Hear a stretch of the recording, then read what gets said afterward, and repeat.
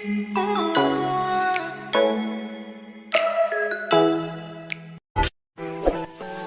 lupa tolong di subscribe dan ketik loncengnya. Terima kasih.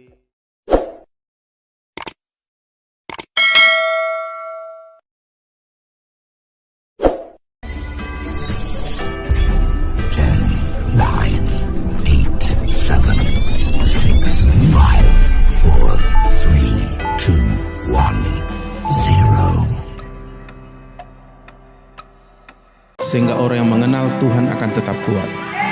Terima kasih Tuhan. Kami buka telinga kami, berbicaralah pada kami Tuhan. Beri kami roh pengertian supaya kami mengerti apa yang kami dengar. Dan Roh Kudus insafkan, sadarkan kami supaya kami mengambil keputusan segera melakukannya. Karena apa yang kami lakukan itulah yang terjadi. Terpujilah Engkau Tuhan. Kami siap mendengar firman-Mu dan mengalami hal yang baru. Di dalam nama Yesus Kristus Tuhan kami. Haleluya. Yang percaya katakan amin. Silakan duduk, Tuhan memberkati. Haleluya. Karena yang disampaikan di sini, dari sini adalah firman Tuhan, suara Tuhan. Jadi tidak cukup hanya otak kita yang pintar. Ini dibutuhkan hati kita, roh kita.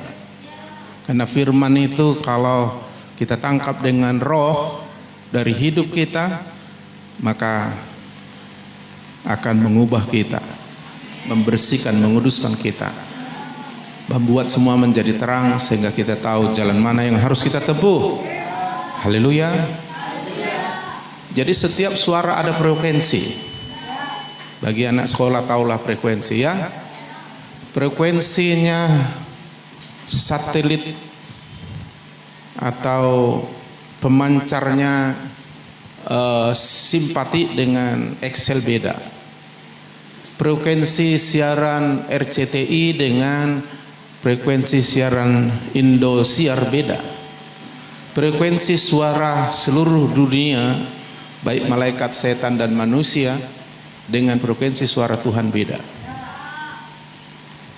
Dan kita akan ditolong Tuhan melalui Roh Kudusnya yang di dalam kita untuk bisa mengerti, untuk bisa menangkap frekuensi suara Tuhan. Maka saya mohon setel frekuensi rohmu. Karena kalau kau nggak terhubung dengan yang di depan ini, kau tidak akan bisa menangkap frekuensi itu. Karena apa yang kau sampaikan ini bukan sekedar perkataan manusia.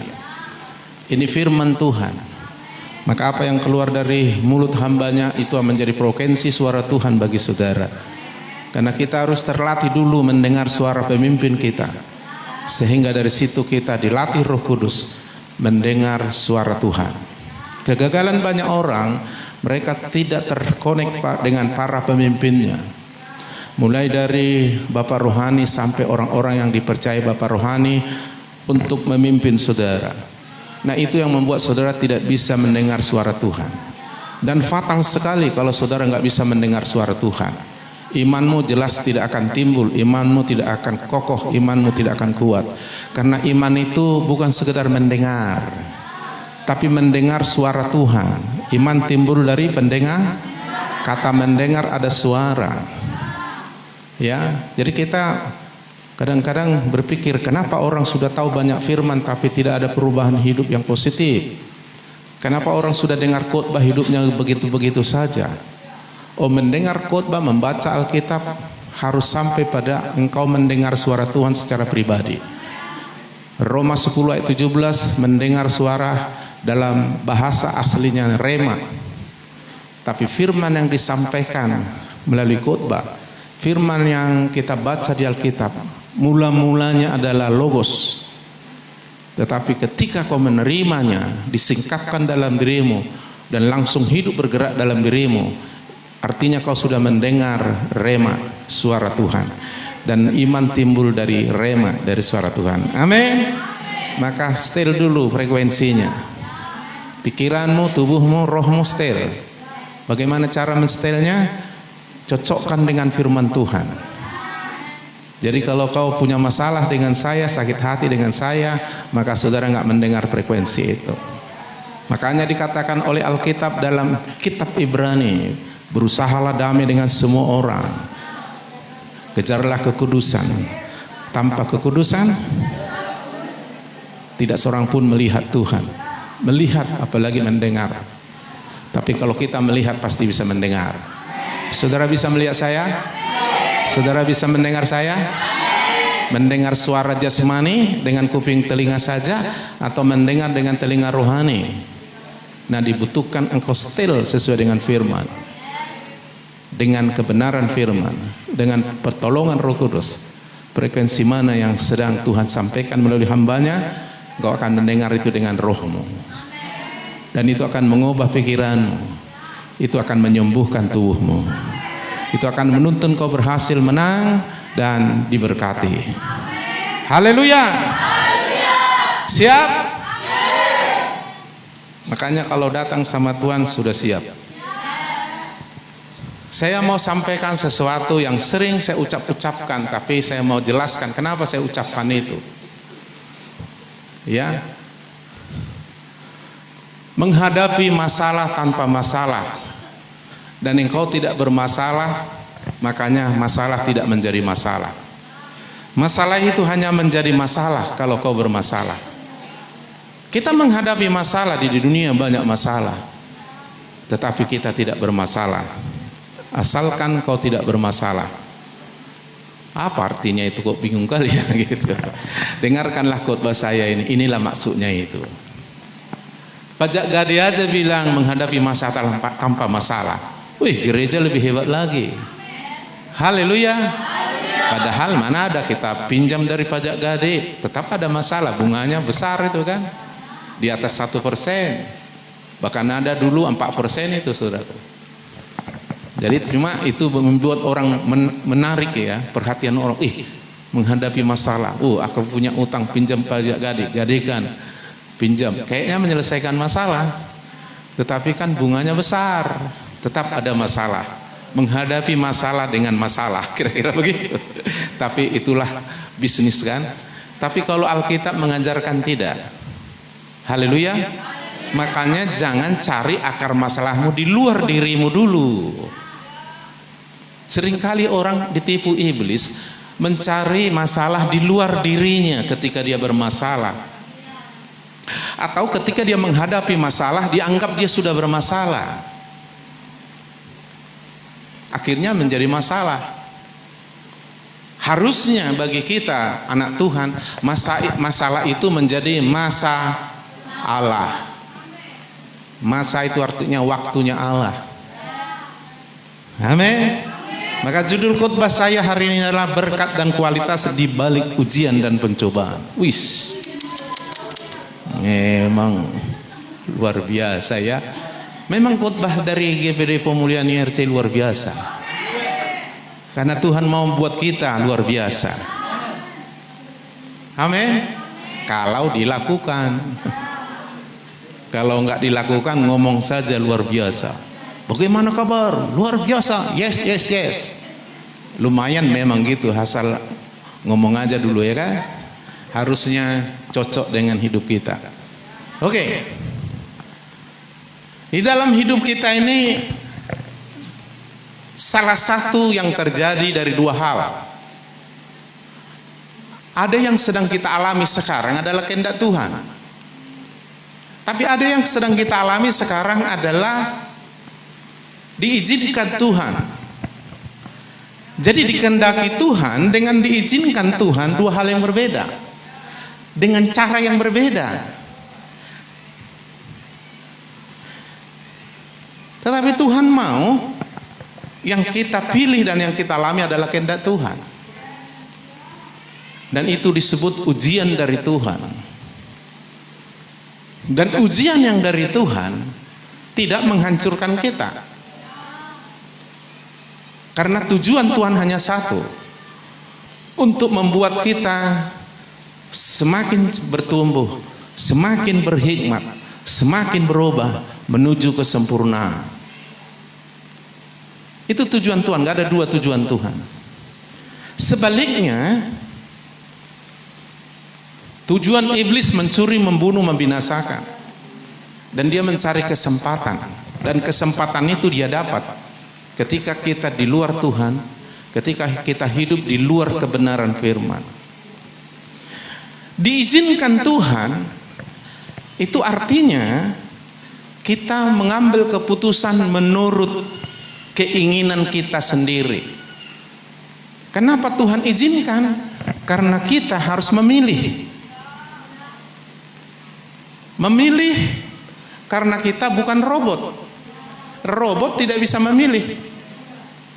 Kalau dia diprogram, sekarang ada robot di Jepang, di China bisa masak, tapi itu sudah diprogram. Bisa dia ngobrol-ngobrol dengan orang, itu sudah diprogram. Jadi dia nggak boleh keluar dari program itu. Kalau keluar dari program itu berarti dia rusak. Kalau kita tidak,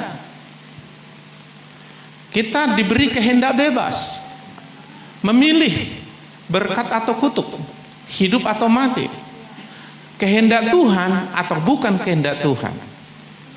Nah, yang bukan kehendak Tuhan itu diizinkan Tuhan. Jadi semua yang terjadi di muka bumi ini dikehendaki Tuhan, diizinkan Tuhan. Tapi tidak semua yang terjadi dalam hidup kita kehendak Tuhan. Sakit-sakitan itu bukan kehendak Tuhan, diizinkan Tuhan. Nah, makanya sebaiknya kita memilih kehendak Tuhan. Kenapa diizinkan Tuhan? Karena kita memiliki kehendak bebas. Kenapa kita mengalami pencobaan? Karena diizinkan Tuhan itu menjadi pencobaan, bukan ujian. Ujian dengan pencobaan itu beda. Orang tua mencobai anaknya, nggak ada itu bahasa. Guru mengadakan pencobaan kepada murid-muridnya, nggak ada itu, ujian. Jadi tujuan ujian, konotasi kata ujian itu positif, walaupun yang mengalaminya kurang enak juga. Pencobaan itu bisa dua hal terjadi pada orang mengalami pencobaan. Bisa itu menjadi hal yang baik bagi dia, tapi bisa juga itu hal yang buruk, bahkan menghancurkan dia. Kalau ujian semua hanya satu tujuannya. Kenapa kita mengalami hal yang diizinkan Tuhan? Itu dikarenakan kita menggunakan kehendak bebas kita tanpa melihat keinginan itu. Apakah itu sesuai dengan firman Tuhan? Apakah itu kehendak Tuhan? Memang orang yang minim tahu kebenaran itu rentan, gampang kena pencobaan. Karena Alkitab bilang orang bodoh atau orang tidak berpengetahuan itu gampang jatuh, gampang tersesatkan. Yesus pernah bilang, kamu sesat kalau tidak mengerti kitab suci dan mengenal kuasa Allah. Nah, oleh sebab itu kita harus banyak menerima firman menjadi kebenaran. Karena hikmat itu datangnya dari Tuhan ketika kita mengenal Tuhan, ketika kita menerima pewahyuan firman. Maka genaplah firman yang dikatakan Mazmur 119 ayat 105. Firman-Mu pelita bagi kakiku, terang bagi jalanku. Bagi orang yang jalan pada terang atau siang, sudah pasti dia bisa memilih mana yang kehendak Tuhan, mana yang tidak. Tapi orang yang di luar terang atau dalam kegelapan, nggak bisa dia tahu itu mana yang harus dipilih. Semua serba coba, semua mudah-mudahan. Bahkan ada yang bilang mungkin sudah nasib kita, katanya. Nah, semuanya tidak ada kepastian. Nah, oleh sebab itu Tuhan mau kita memilih kehendak Tuhan. Tapi kalaupun kita kena pencobaan karena kita diizinkan Tuhan, karena kita memaksakan melakukan kehendak kita, itu menjadi pencobaan, Tuhan juga akan memberi jalan keluar. Kenapa? Karena Tuhan tetap mengasihi kita dan tidak berkurang kasih-Nya kepada kita. Mari kita lihat di dalam Yakobus 1 ayat 2 dan 3 soal kenapa seseorang kena pencobaan, kenapa Tuhan izinkan. Tadi saya sudah jelaskan. Tapi pencobaan ini berasal dari siapa? Dari Tuhankah? Dari ibliskah? Atau dari diri kita? Mari saya baca Yakobus 1 ayat 2 sampai 3. Ini harus kita tahu sehingga kita tidak sakit hati dengan Tuhan dan dengan siapapun itu, kecuali sama iblis. Kalau sakit hati sama iblis itu bagus, selain itu salah. Dendam sama iblis, boleh. Bermusuhan sangat-sangat sama iblis, boleh, selain itu dosa. Yakobus 1 ayat 2 dan 3. Saudara-saudaraku, anggaplah sebagai suatu kebahagiaan. Apa? Apabila kamu jatuh ke dalam berbagai-bagai pencobaan. Wih, ngeri kali ya. Udah kena cobaan, bahagia kitanya ya. Sebab kamu tahu bahwa ujian terhadap imanmu itu menghasilkan ketekunan. Nah, kalau kita orang yang terus datang kepada Tuhan berserah dan mendengar dan belajar pada firman-Nya, pencobaan itu yang akibat kehendak bebas kita itu, yang diizinkan Tuhan itu pencobaan akan berubah menjadi ujian. Dan ujian terhadap iman kita itu menghasilkan ketekunan. Dan ketekunan itu menghasilkan hal yang baik. Itu satu hal. Makanya saya bilang ujian pencobaan itu bisa mendatangkan berkat dan meningkatkan kualitas hidup kita. Kalau kita datang sama Tuhan dan belajar. Tapi kalau tidak, hal ini yang terjadi yang kedua, akan menghancurkan hidup kita. Dikatakan Yakobus 1 ayat 13 sampai 15. Dikatakan begini, apabila seorang dicobai, kenapa kita kena pencobaan? Perhatikan ini, karena kehendak bebas kita, diizinkan Tuhan. Janganlah ia berkata, pencobaan ini datang dari Allah, sebab Allah tidak dapat dicobai oleh yang jahat, dan Allah sendiri tidak mencobai siapapun. Tadi sudah beda ya, ujian pencobaan beda ya. Allah tidak mencobai siapapun. Gak ada yang dicobai Tuhan. Lalu dari mana datang pencobaan? Dari iblis kah? Oh no, tunggu dulu. Di ayat yang selanjutnya, tetapi tiap-tiap orang dicobai oleh ini kehendak bebas tadi. Gak mau tahu dengan Tuhan. Walaupun nyanyinya suka-sukamu Tuhan, kenyataannya suka-sukaku Tuhan. Ya, dicoba oleh keinginannya. Karena keinginannya itu ia diseret dan dipikat olehnya. Keinginan itu akan mendorong, memberi tenaga, menyeret dengan paksa. Kata menyeret itu paksa itu. Dan apabila keinginan itu telah dibuahi, dilakukan, ia melahirkan dosa. Dan apabila dosa itu sudah matang, ia melahirkan maut. Jadi pencobaan itu bisa menjadi pelajaran yang mahal. Kalau kita datang sama Tuhan, bertobat cepat, belajar, berbalik kepada Dia. Tapi kalau tidak, pencobaan itu akan menghancurkan kita. Dia akan menyeret kita sampai melakukan dosa, dan dosa melahirkan maut. Nah, tentu Tuhan tidak mau. Yang Tuhan mau, aku mengendaki orang berdosa berbalik dari jalannya, dan aku akan mengampuni, menyelamatkannya. Nah, inilah saudaraku tawaran Tuhan bagi kita. Tapi kalau kita terus menjalani jalan kita, tidak peduli dengan Tuhan, maka pencobaan itu menghancurkan hidup kita. Nah, ketika kita mengalami Tuhan, cobaan mana lagi nih? Aku nggak tahan. Oh, bukan Tuhan.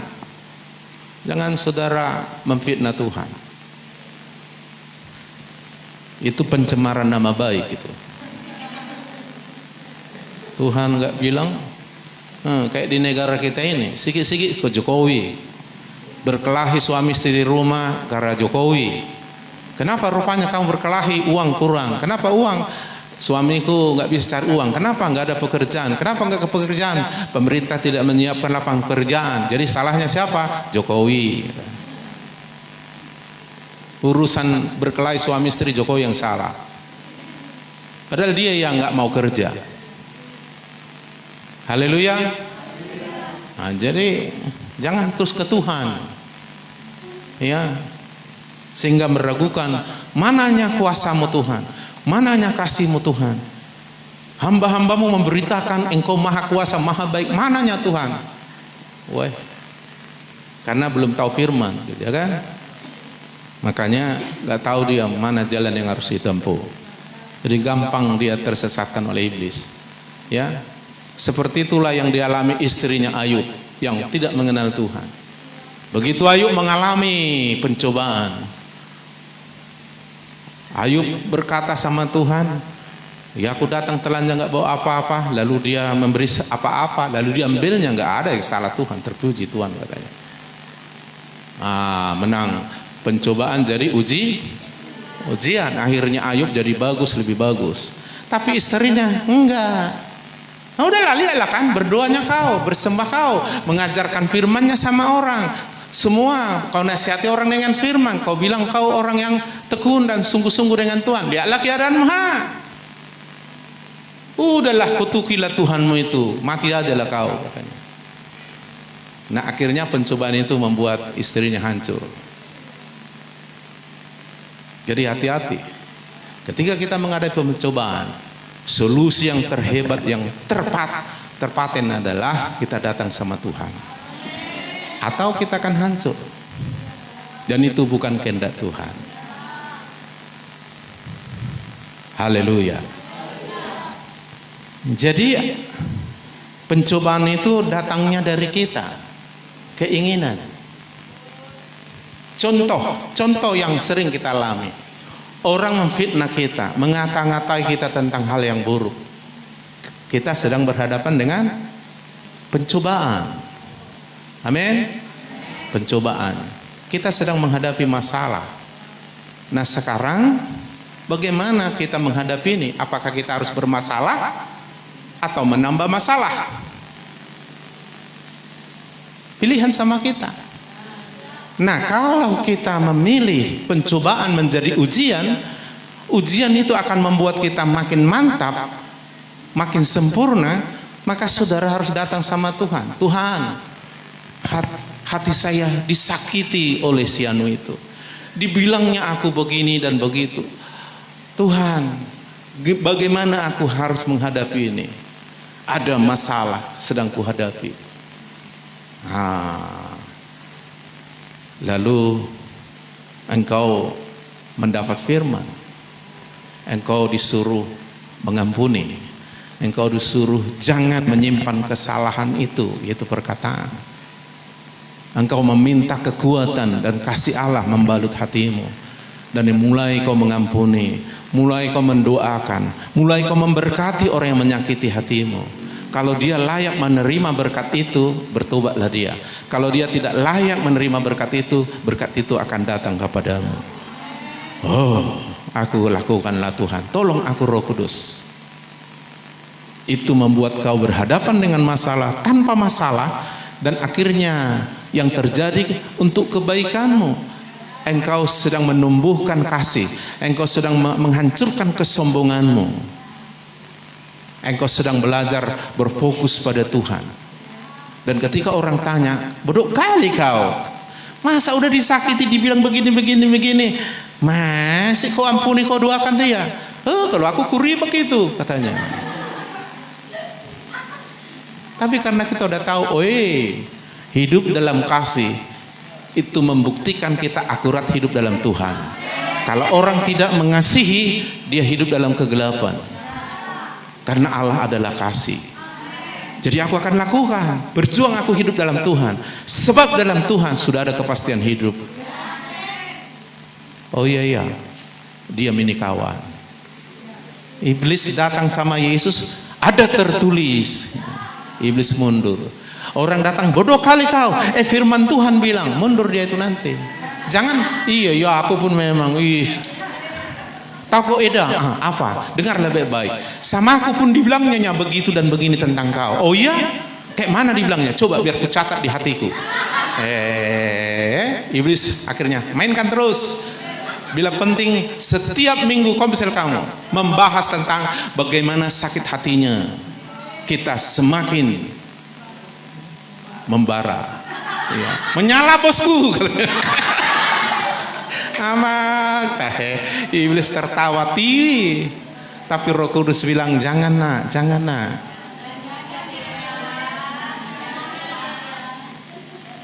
Tapi kita nggak mau mendengar karena kita terlalu hebat dengan ego kita, kesombongan kita. Akhirnya kita sakit hati. Dan Alkitab bilang orang yang sakit hati dendam hidup dalam kegelapan. Dan iblis berkuasa dalam kegelapan. Haleluya. Amin.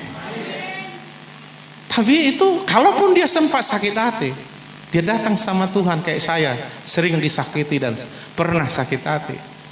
Tapi begitu saya belajar dari Tuhan melalui bimbing, saya lakukan. Makanya saya bertahan sampai sekarang sehat. Hanya kegemukannya sikit. Itu pun bisa diatasi. Saya check up ke dokter semua normal. Saya tahu bukan kebetulan. Karena kita dengar firman, di dalam firman kita memiliki pengetahuan dan hikmat. Dan ini membuat saya tahu dan bisa memilih dengan tepat karena Tuhan. Karena Tuhan ingin kita bahagia. Tuhan ingin kita menang, diberkati. Tapi itu nggak terjadi kebetulan. Semua karena kita mengejar Tuhan. Jadi apapun ceritanya tetap datang sama Tuhan. Waktu kau diuji atau engkau mengalami pencobaan, tetap datang pada Tuhan. Dan jangan mau dibodoh-bodohi Tuhan. Oh, iblis maksud saya. Tuhan nggak pernah membodohi. Ternyata saudara masih bangun ini. Jangan mau dibodoh-bodohi iblis, karena iblis itu penipu. Dan dia adalah ahlinya penipu. Dia adalah bapa pembohong. Jago kali dia bohong. Ya kan? Saudara, dia akan coba menipu banyak orang dengan memutar balik firman, atau sebaliknya dia melakukan kata-kata, situasi yang membuat kita gimana ini ya gitu. Dan saudara tahu bahwa iblis itu tidak pernah berniat baik bagimu. Sudah jelas Yesus beritahu, iblis itu pencuri, pembunuh, pembinasa.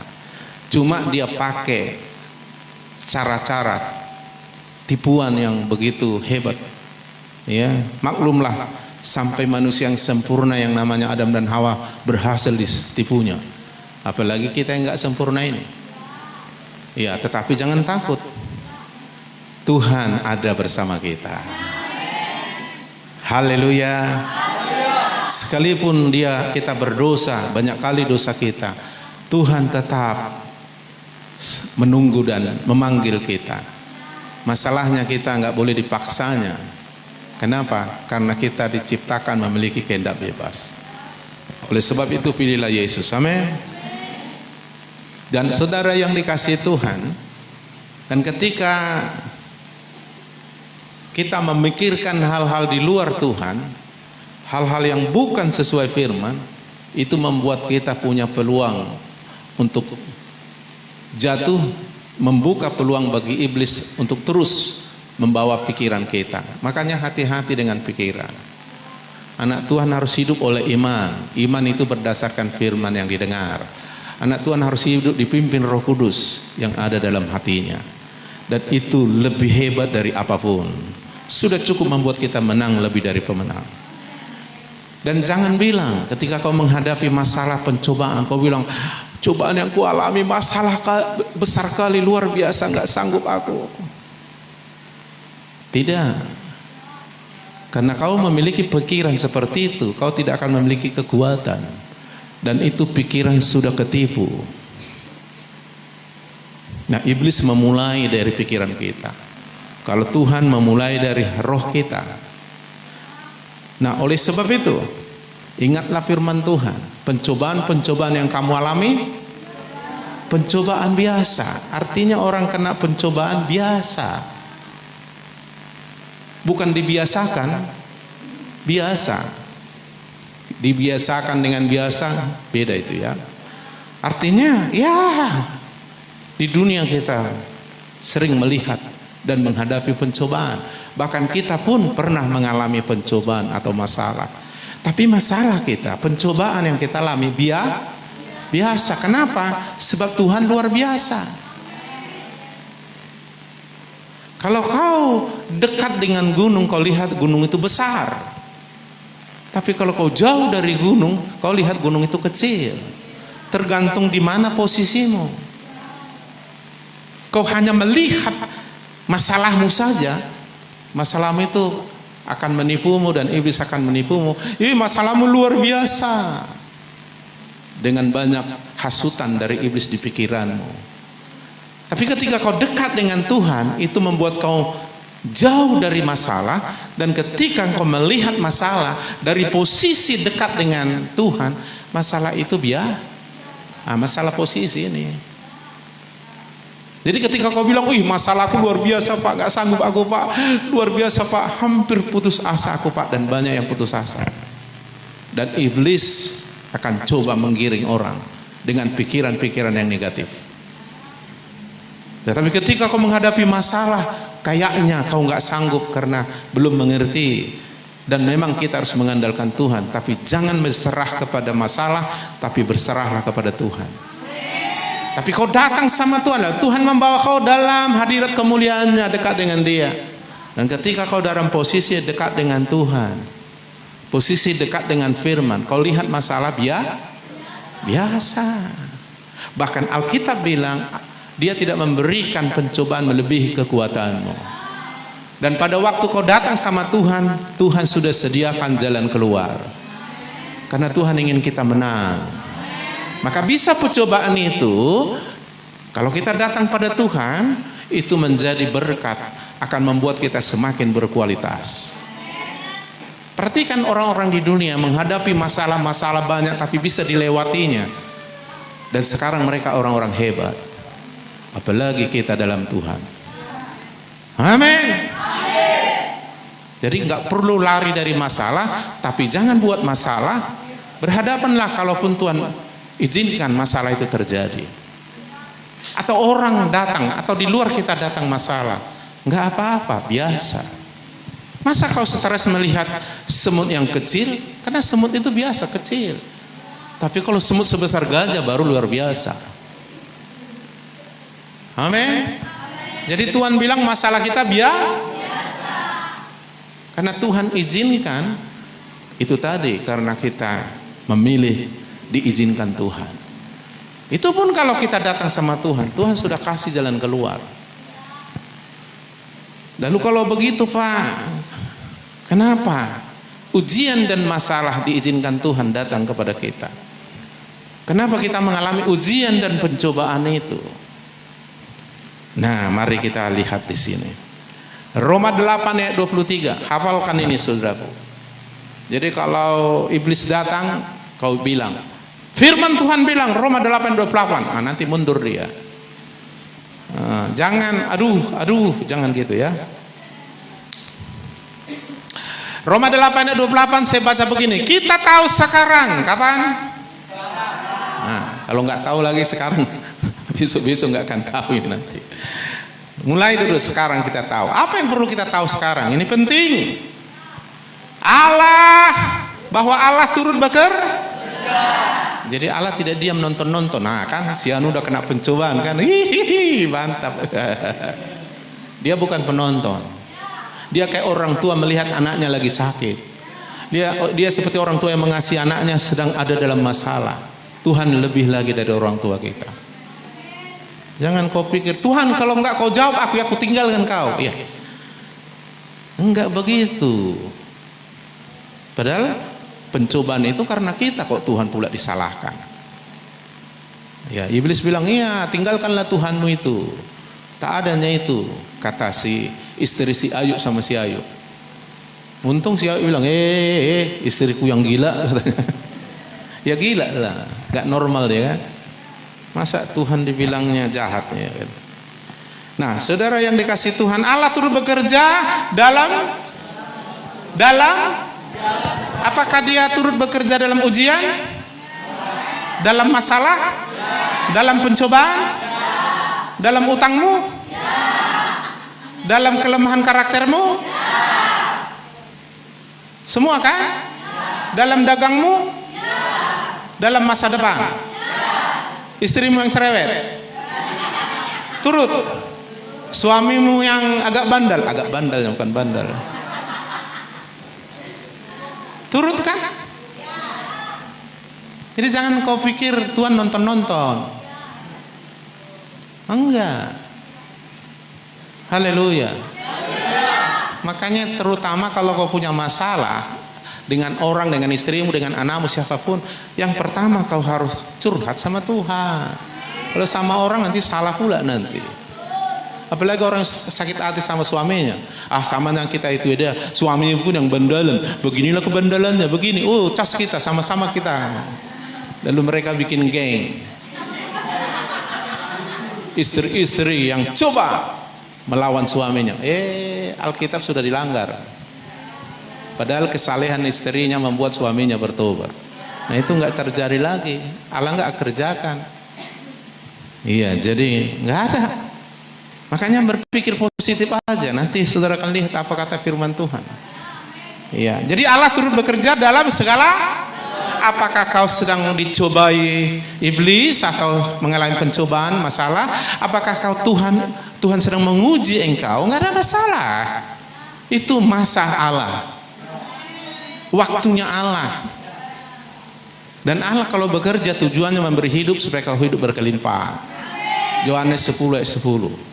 Udah dibilang Tuhan itu. Jadi kenapa diuji? Kenapa saya menghadapi masalah pencobaan? Allah turut bekerja dalam segala sesuatu. Untuk apa? Untuk mendatangkan kebaikan. Katakan mendatangkan kebaikan. Tapi enggak semua orang. Bagi siapa? Bagi siapa? Bagi mereka yang mengasihi itu. Bagi mereka yang terpanggil sesuai dengan rencananya. Mengasihi Tuhan, bukan membenci Tuhan, bukan membelakangi Tuhan, bukan menjauh dari Tuhan. Jadi jangan sok kali kamu mentang banyak masalahmu. Ada orang sok kali terlalu menonjolkan masalahnya. Kau ketawa, yang tak tahunya kau banyak kali masalahku katanya. Dia sok kali dia banyak masalah.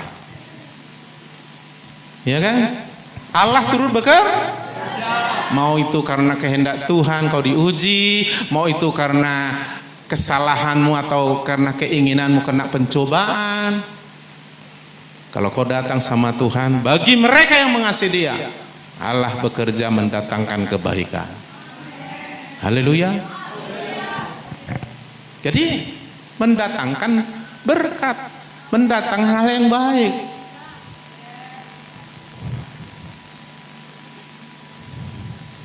Ayo, Yakobus 1 ayat 3 sampai 4. Ya, jadi kita ini ya, kalau orang dunia membeli buku yang mahal dengan judul ya kan, positive thinking. Ini lebih dari positive thinking. Iya, sekarang laku kali motivator ya kan. Kalau saudara tahan uji, saudara akan menjadi terpuji. Wah, enak kali Pak bikin caption. Tahan uji menjadi terpuji. Wah, kan? Itu motivator, bagus juga itu positive thinking. Ini lebih dari positive thinking ini. Haleluya. Apa katanya di dalam Yakobus 1 ayat 3 dan 4? Sebab kamu tahu bahwa ujian terhadap imanmu itu menghasilkan, ingat, pencobaan. Kalau kita datang berserah kepada Tuhan dan firman-Nya, pencobaan itu diubah menjadi ujian. Amin. Menghasilkan ketekunan. Harusnya semakin kita datang merapat sama Tuhan, semakin kita belajar dari firman. Tadinya nggak pernah datang sama pendeta konsultasi, jadi datang gara-gara masalah. Tadinya kurang berdoa, jadi datang berdoa. Tadinya nggak baca Alkitab, jadi selidiki, ya kan, Alkitab. Ya, jadi itu artinya sedang tekun.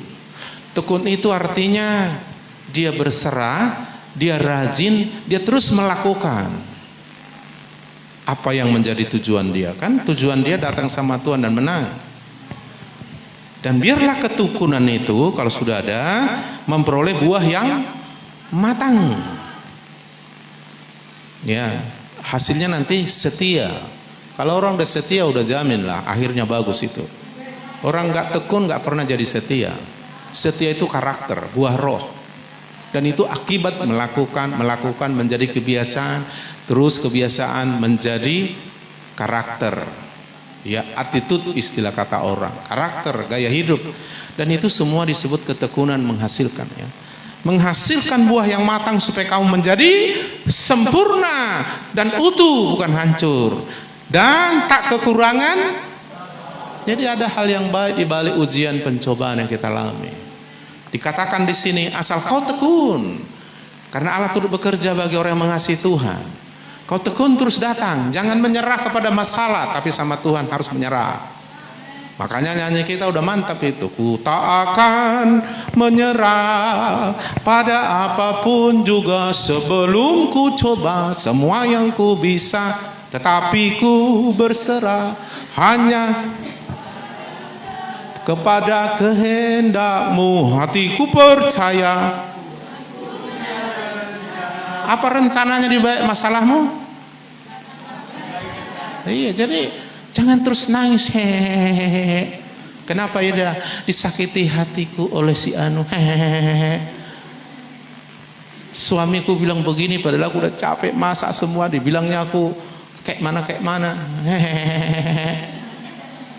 Jangan jadi orang Kristen yang cengeng. Kalau kau nangis karena terharu, karena berserah, karena sadar mengaku dosa datang sama Tuhan, selain itu jangan.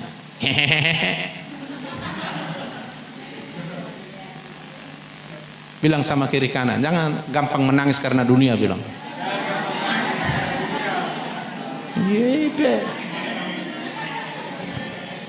Cengeng. Haleluya. Mantap. Karena ini GPD pemulihan, semua harus pulih. Lalu berdampak. Maka IRC, Impact Restoration Church, orang yang dipulihkan lalu berdampak. Kalau belum dipulihkan apa dampaknya? Iya, nggak begitu ya.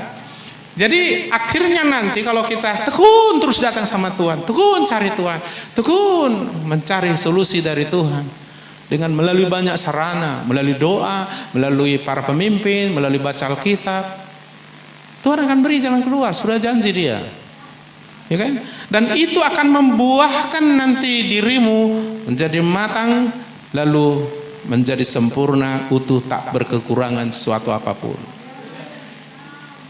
Coba dulu pelajari orang-orang sukses di dunia, tersukses. Itu luar biasa ujian sama dia. Luar biasa tantangan sama dia. Iya. Maka ada orang bilang begini, di balik masalah yang kita hadapi, maka ada hal yang luar biasa yang akan kita alami, katanya. Itu motivator Pak Dikali bilang gitu. Iya, dan bagus itu. Positive thinking itu. Nah, kita lebih dari motivator. Iya kan? Banyak pendeta jadi motivator, enggak, lebih dari itu kita. Karena firman Tuhan lebih dahsyat dari kata-kata manusia. Nah, jadi menjadi sempurna, utuh, tak kekurangan suatu apapun. Makanya rancangan Tuhan bagi kita damai sejahtera, bukan celaka, hari depan yang penuh. Iya. Siapapun kita, Tuhan sanggup melakukannya.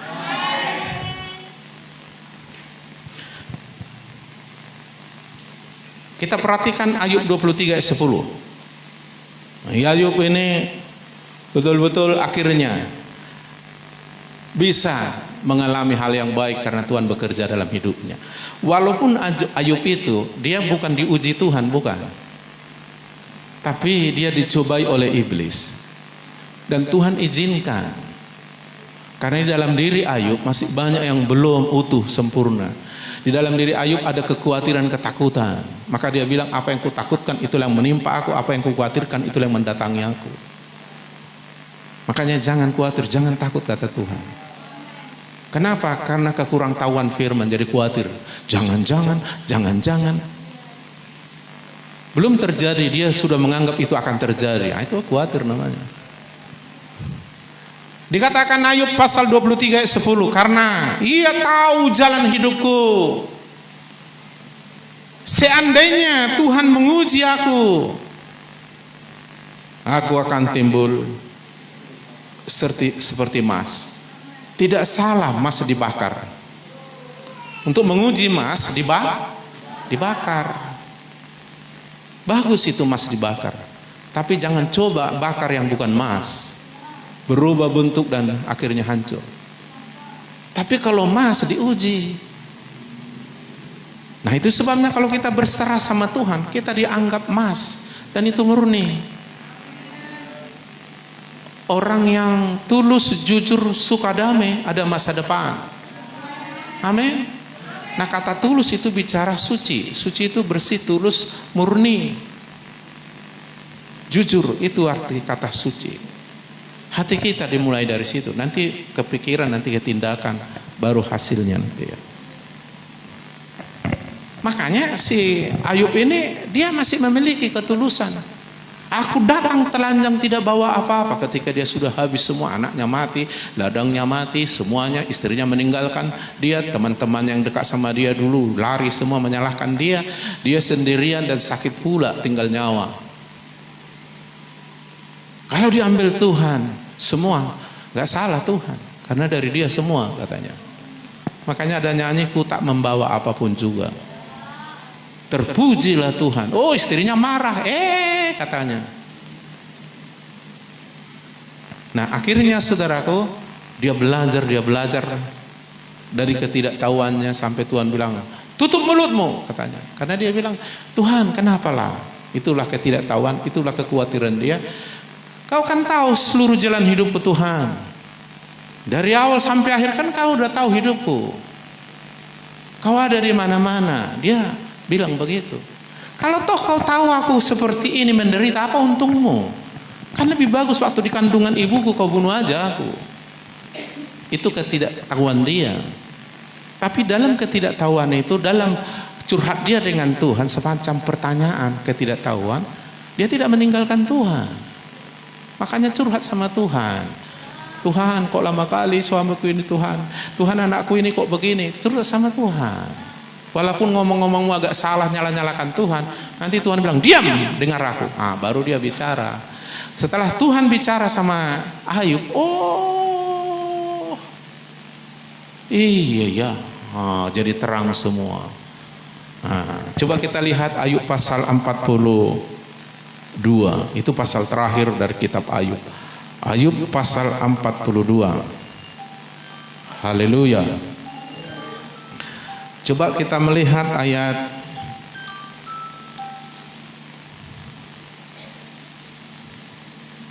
42 ayat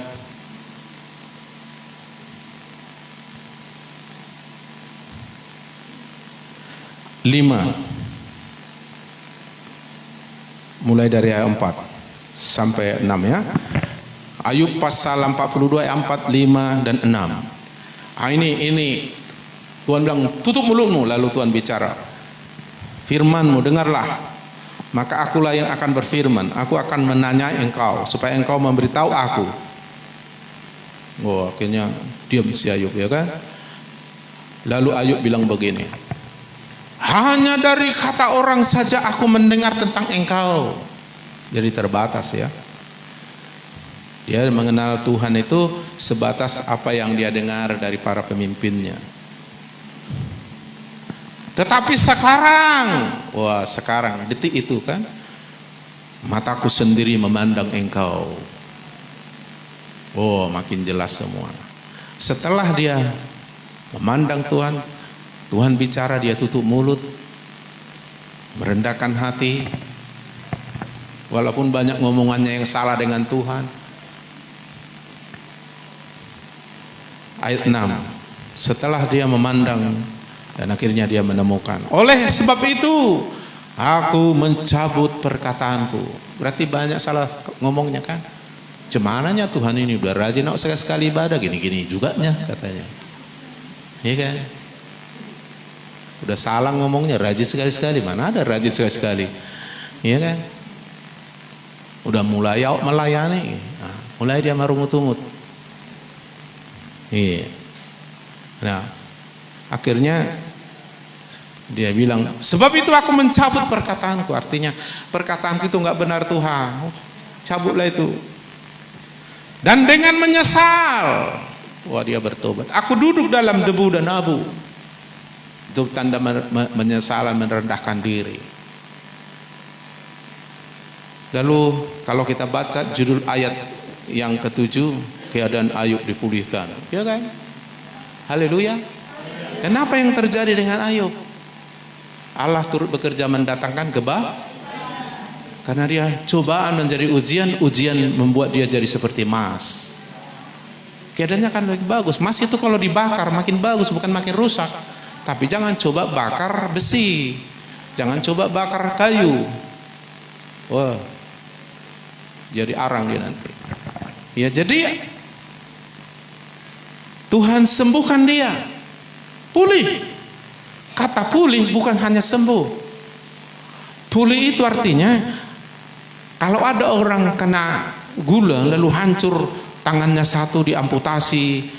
Nah kalau pulih kembali tangannya seperti nggak pernah kena penyakit gula.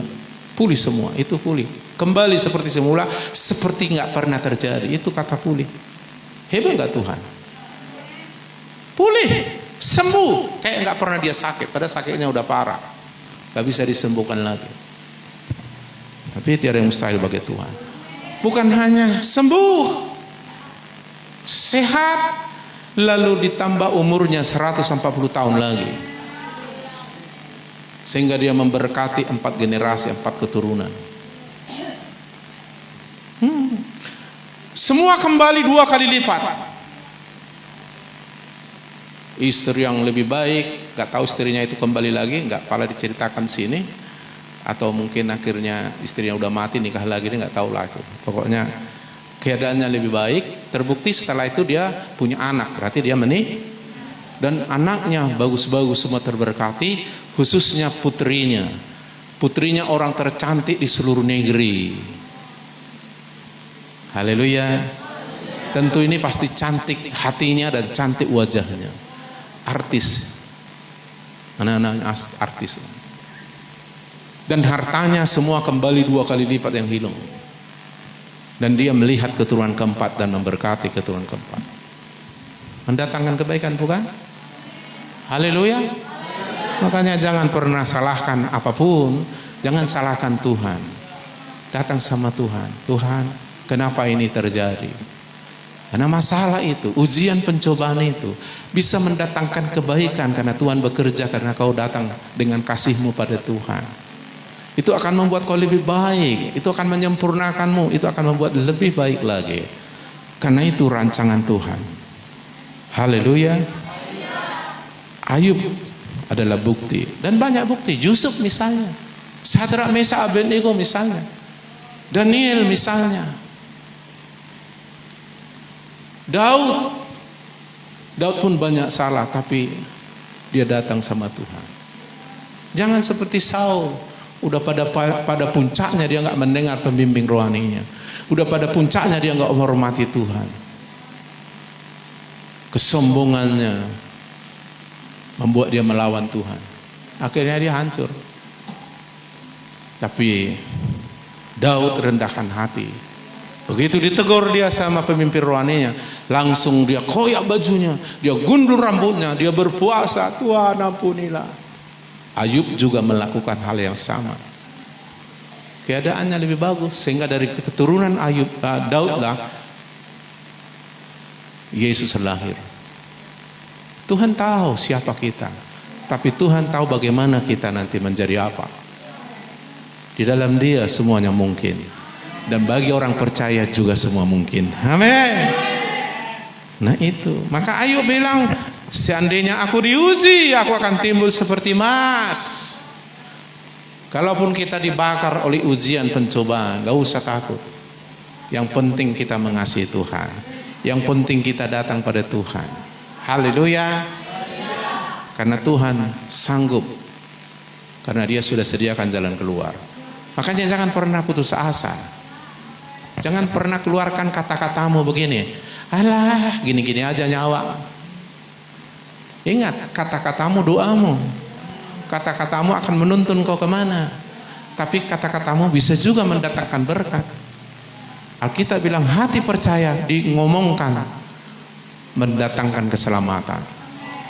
Makanya lebih bagus katakanlah imanmu, deklarasikanlah firman yang kau miliki. Karena hidup mati dikuasai lidah. Siapa yang menggunakan dapat hasilnya. Kecil memang lidah ini yang menggunakan kalau kita gunakan, tapi dia seperti kapal besar, tapi diarahnya kemana oleh lidah. Kalau orang mau sempurna, belajar sempurna dalam berkata-kata. Amin. Nah, jadi oleh sebab itu lebih bagus hal yang positif firman Tuhan yang kita bilang, supaya kita diarahkan kemudi kapal kehidupan kita kepada kehendak Tuhan. Jangan bilang ya kalau saya gini-gini aja lah. Lalu iblis bilang di pikiran, kenapa gini-gini aja? Opung-opungku maaf semua pemarah, makanya wajib aku pemarah. Kenapa rupanya gini? Opungku pun miskin terus, makanya aku miskin. Kenapa kau seperti ini? Memang IQ-ku pun memang 25-nya. Kenapa kau gini? Matematikaku 6-nya. Jadi ya inilah nasib. Iblis akan bantu kau mengalaminya. Jangan izinkan iblis membantu kau. Tapi katakanlah janji Tuhan, deklarasikan. Ya kan? Haleluya. Haleluya. Nah, satu ketika nanti akan kita tes. Ketika kau mengeluarkan kata-kata iman, misalnya, di dalam Tuhan aku kuat. Nanti akan lihat tubuhmu akan bereaksi, kau jadi kuat. Tapi kalau kau bilang, aku ini sudah tua, lama-lama sakit-sakitnya, kau lihatlah, tubuhmu akan lemah. Jadi jangan macam-macam dengan kata-kata. Kata-kata itu mencipta hal buruk atau tidak buruk dalam hidup kita. Maka Tuhan pun menciptakan segala sesuatu dengan firman-Nya. Dan Dia menciptakan segala sesuatu dalam diri kita kalau firman-Nya dalam diri kita. Percayai, katakanlah itu. Percayai, lakukanlah. Maka Tuhan bilang, jadilah seperti imanmu. Amin. Dan Tuhan tidak pernah gagal. Firman-Nya nggak pernah gagal. Mungkin kita pernah gagal, tapi Tuhan dan orang percaya tidak akan lagi. Amin. Kalaupun kita hadapi ujian pencobaan, jangan jangan ikuti si Adam yang salah itu jadi salah kita. Ya kan? Gara-gara kesalahan si Adam semua jadi berdosa. Tapi gara-gara kebenaran Yesus kita jadi benar. Maka ikuti Yesus. Amin. Haleluya. Iya, jadi mulai katakan apa yang Tuhan katakan. Katakan dari iman. Jika hatimu percaya, katakan pada gunung itu tercampak, akan tercapai. Makanya aku punya cita-cita, aku punya keinginan, lalu membaur dalam Tuhan, lalu Tuhan sepertinya kasih lampu hijau, dan pikiranku bilang, dari mana uangmu? Ya kan, logika otak biasalah kan. Dari mana? Mana mungkin? Itu otak kita yang terbatas. Tapi kita bukan hidup oleh pikiran, oleh kekuatan, oleh kata orang. Tapi kita hidup oleh iman melalui firman perkataan Tuhan. Lalu saya bilang, aku akan saya lakukan. Kadang-kadang orang mikir, yang banyak angan-angan Bapak ini. Angan-angan orang percaya bisa jadi kenyataan. Iman adalah dasar dari segala sesuatu yang kita harapkan.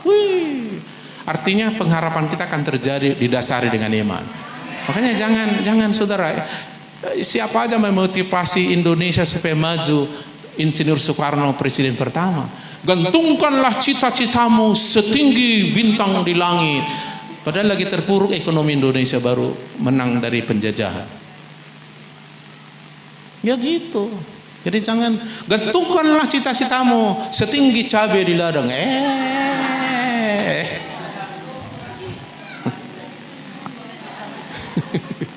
Jadi nggak apa-apa. Kalau kau dasari pengharapanmu di dalam iman, oleh iman, itu jadi, karena Tuhan tidak pernah mengecewakan. Asal dengan iman. Orang benar hidup oleh iman. Oleh iman kau berkenan.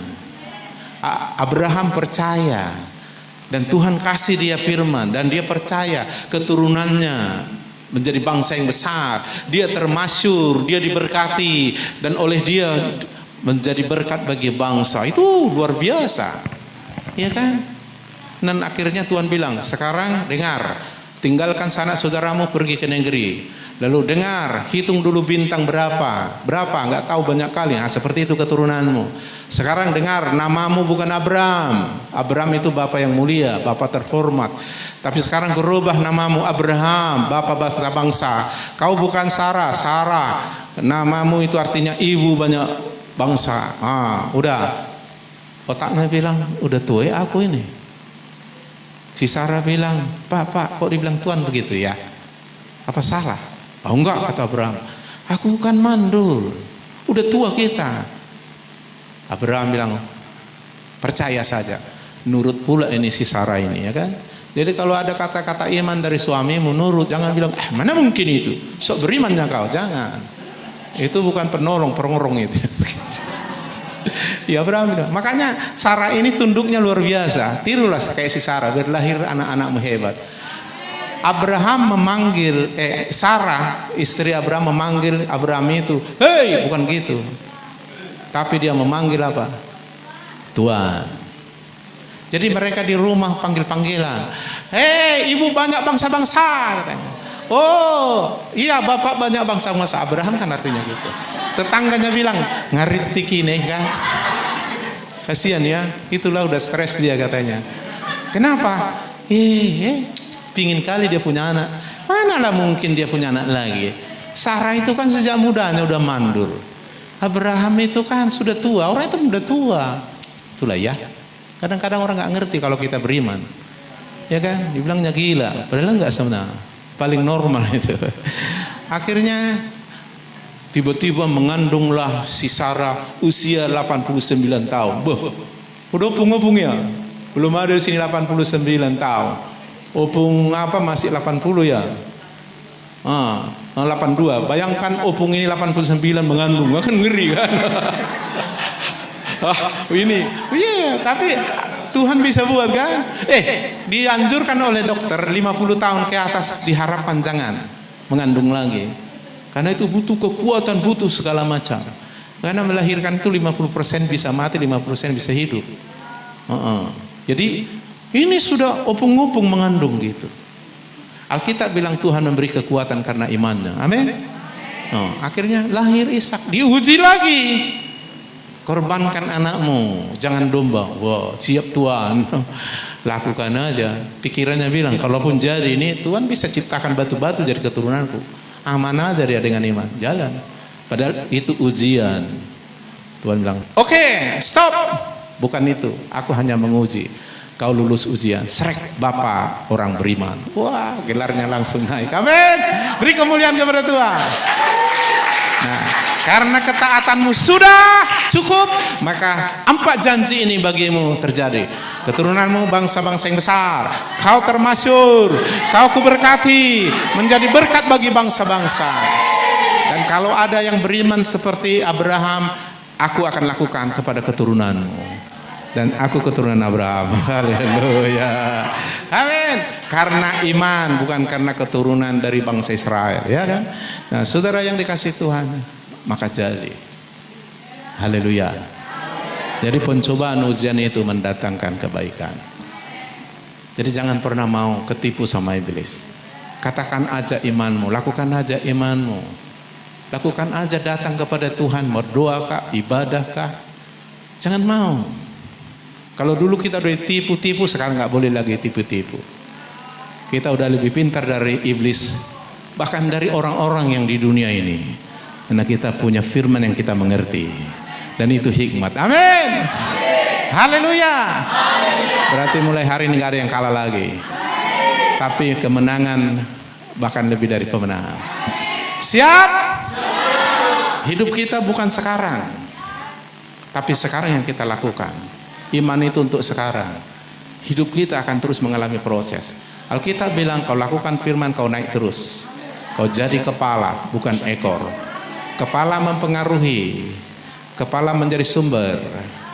Kepala seorang yang berpengaruh. ekor ikut-ikutan, ekor tidak ikut menentukan, ekor dipengaruhi.